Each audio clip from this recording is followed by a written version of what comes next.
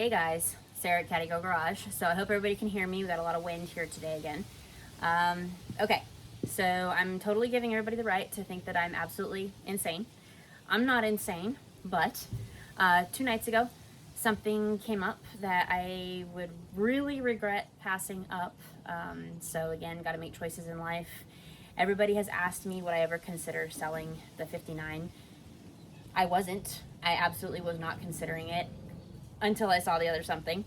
And like I said, I'm not going to tell what that is yet. Got to see how things work out. I have a number in mind on this one, and if I get that number, I will absolutely let it go. If not, I will keep it. I will put in the videos and pictures of the condition in which I found this car. It is 100% original Barnfind 59 Cadillac that William, my friend, pulled out of the barn, and I was lucky and blessed enough to be able to buy it. So like I said, I can't believe I'm saying this, and it may not happen. Like I said, I've just had so many people ask me, will you sell it, will you sell it? I might. Considering what came up the other day, I might think about it. So my contact information will be in this video.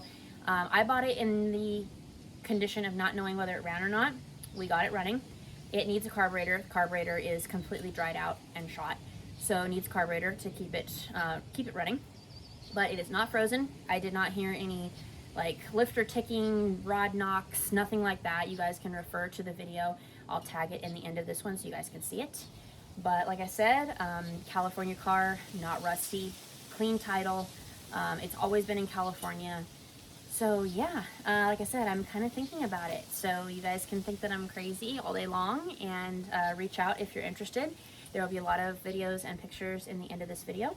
So anyway, thank you guys, and I'll see you in the next Cadillac adventure. Take care.